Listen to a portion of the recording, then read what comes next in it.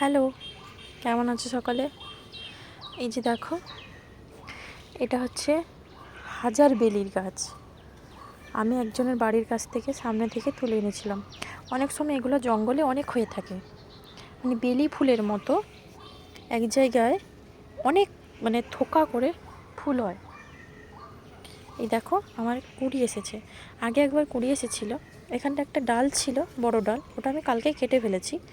অনেকটাই লম্বা হয়ে গেছিলো ডালটা। এই যে দেখছো, এই ডালটা অনেকটা লম্বা হয়ে গেছিলো। এটাকে আমি বসিয়ে দেবো যদি এখান থেকে চারা তৈরি হয়।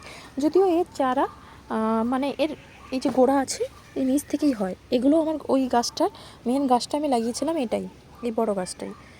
এখান থেকে এরকম ছোট ছোট ডালগুলো বেরিয়েছে। আর আমি আজকেই লক্ষ্য করলাম, কয়েকদিন আগেই লক্ষ্য করেছি যে এটাতেই কুঁড়ি এসেছে, সুন্দর করে কুঁড়ি এসেছে। আগের বার যে কুঁড়িটা এসেছিলো, খুব পোকা লেগে গেছিলো ওই ডালটাতে, ঠিক করে ফুটতে পারেনি, তাও একটা দুটো করে ফুটেছিল।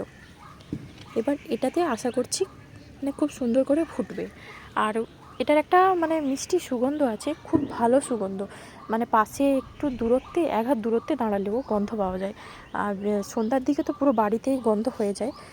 আগের বার যে ওই ডালটাতে একটা দুটো ফুটেছিল, তাতেই অনেক গন্ধ ছিল। তো চলো, ফুল ফুটলে অবশ্যই তোমাদের সাথে শেয়ার করব। কার কার বাড়িতে এই গাছটা আছে জানিও।